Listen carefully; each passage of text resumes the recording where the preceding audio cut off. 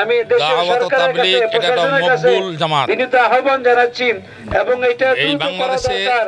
ইসলামের পক্ষে যত দল কাজ করতেছে সকল দলের ঐক্যমত দাওয়াত ও তাবলীগ হলো একটা একনিষ্ঠ আল্লাহ তাআলার মানে আপদ ভোলা মানুষদেরকে আল্লাহ তাআলার সঙ্গে সম্পর্ক গড়ে দেওয়ার জন্য একটা মানে সুশৃঙ্খল একটা দল।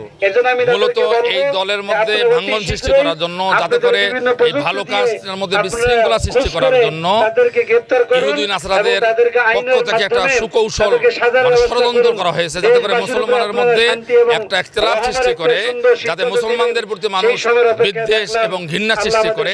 এটাই হলো তাদের মূল মানে পরিকল্পনা।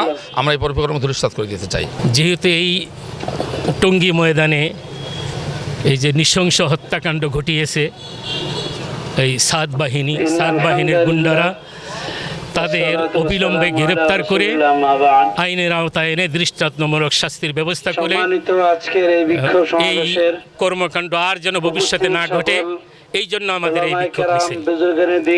আমাদের চাওয়া হলো আজকে রংপুরের ধর্মপ্রাণ মুসলমান সবাই এখানে উপস্থিত হয়েছে একমাত্র এই দেশের শান্তির জন্য, যাতে ভবিষ্যতে সাদিয়ানি সন্ত্রাসীরা ভবিষ্যতে যেন আর কোনো হত্যাকাণ্ড না চালাইতে পারে। যাদের হুকুমদাতায় এই হত্যাকাণ্ড হয়েছে তাদেরকে অবিলম্বে গ্রেপ্তার দাবি জানাচ্ছে।